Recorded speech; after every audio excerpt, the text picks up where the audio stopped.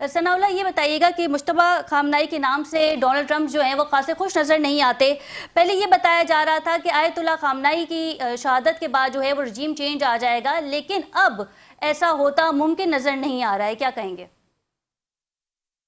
Thank you so much Khadija for having me.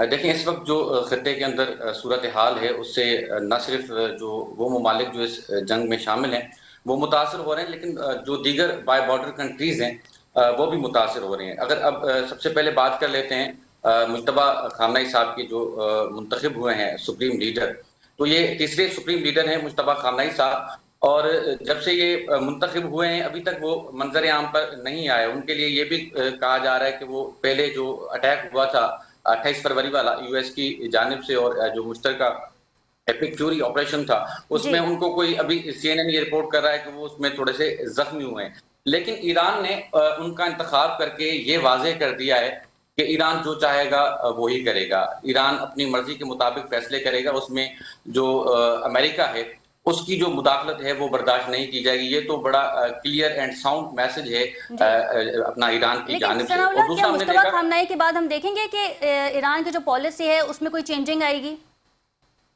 देखिए obviously changings तो जरूर आएंगी। जब भी एक नया लीडर आता है तो वो अपने विजन्स के साथ आता है। आपको राइट। याद होगा कि ईरान आयतुल्लाह अली खामनाई के ये फतवा है कि वो एटम बम नहीं बनाएंगे, लेकिन वो उस वक्त के सुप्रीम लीडर थे। माइट बी पॉसिबल अब नए सुप्रीम लीडर हैं, वो खुद आयतुल्लाह हैं, वो मरजे तकलीद हैं, तो हो सकता है फिर वो अपना कुछ वो अनाउंस कर दें, अपनी कोई पॉलिसीज दें।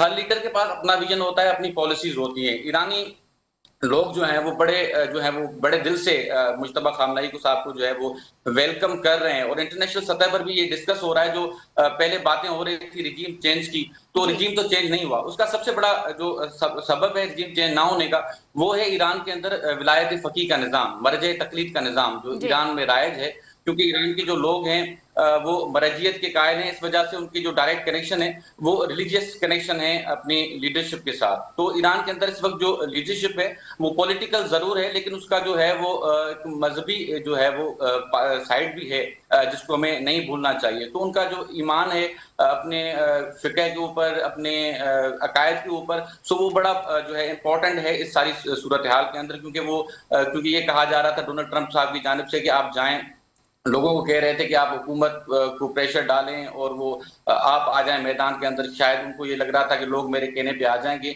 और रिजीम चेंज होगी। सो जी। रिजीम चेंज का जो तासुर था वो तो खत्म हो चुका। वो अमेरिकन इंटेलिजेंस रिपोर्ट्स भी अभी सामने आ चुकी हैं, जिसमें ये कहा जा रहा है कि रिजीम चेंज का जो ऑप्शन है वो बहुत मुश्किल है और ये मुमकिन नहीं है इस वक्त।